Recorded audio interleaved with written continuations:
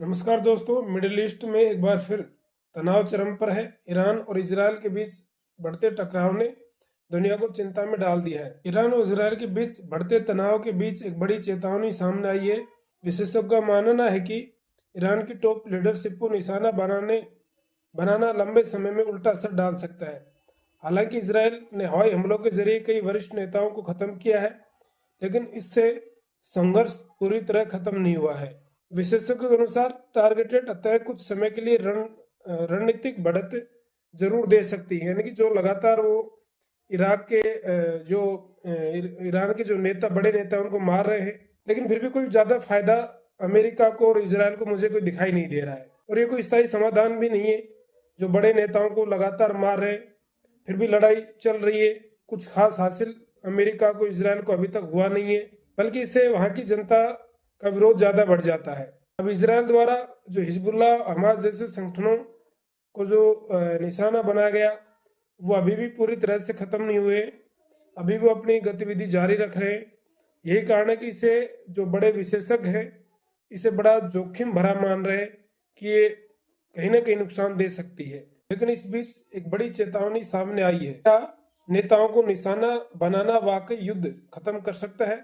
जिस प्रकार से ईरान में लगातार बड़े नेताओं को निशाना बनाया जा रहा है, तो इससे आग भड़क सकती है या ये युद्ध रुक सकता है? इसी की सच्चाई आज हम जानेंगे। हाल में इजराइल ने हवाई हमलों के जरिए ईरान से जुड़े कई वरिष्ठ नेताओं को निशाना बनाया है। इन हमलों का मकसद साफ है, दुश्मन की कमान को कमजोर करना। लेकिन सवाल यह है कि क्या सिर्फ लीडरशिप खत्म करने से पूरा सिस्टम खत्म हो जाता है? इतिहास बताता है ऐसा हमेशा नहीं होता। विशेषज्ञों का मानना है कि टारगेटेड किलिंग एक शॉर्ट टर्म रणनीति हो सकती है, यानी कुछ समय के लिए दुश्मन को झटका जरूर लगता है, लेकिन यह किसी भी संघर्ष का स्थायी समाधान नहीं है।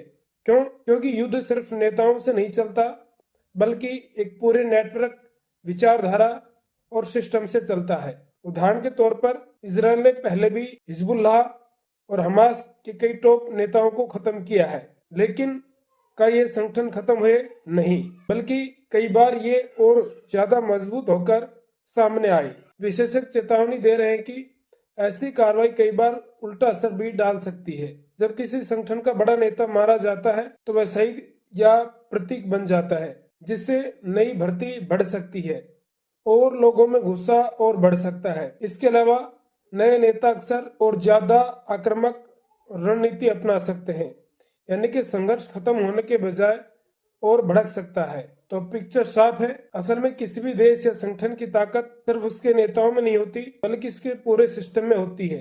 फंडिंग, नेटवर्क, विचारधारा और ग्राउंड सपोर्ट। जब तक ये चीजें मौजूद है, तब तक सिर्फ लीडरशिप को खत्म करना काफी नहीं होता। यही वजह है कि विशेषज्ञ इसे हाई रिस्क स्ट्रेटेजी मानते हैं। तो दोस्तों, ईरान और इजरायल के बीच यह टकराव सिर्फ सैन्य कार्रवाई का मामला नहीं है, बल्कि एक जटिल और लंबी लड़ाई है। टारगेटेड किलिंग से कुछ समय के लिए बढ़त मिल सकती है, लेकिन स्थायी शांति के लिए इससे कहीं ज्यादा गहरी रणनीति की जरूरत होगी इजरायल को, अमेरिका को। तो अमेरिका वाकई में जो कर रहा है, उससे अभी तक उसे कोई ज्यादा खास प्राप्त नहीं हुआ है। इसके बारे में आप क्या सोचते हैं? क्या नेताओं को निशाना बनाकर अमेरिका सही नीति कर रहा है? अपनी राय कमेंट में जरूर बताएं। वीडियो पसंद आए तो लाइक करें, शेयर करें और चैनल को सब्सक्राइब करें।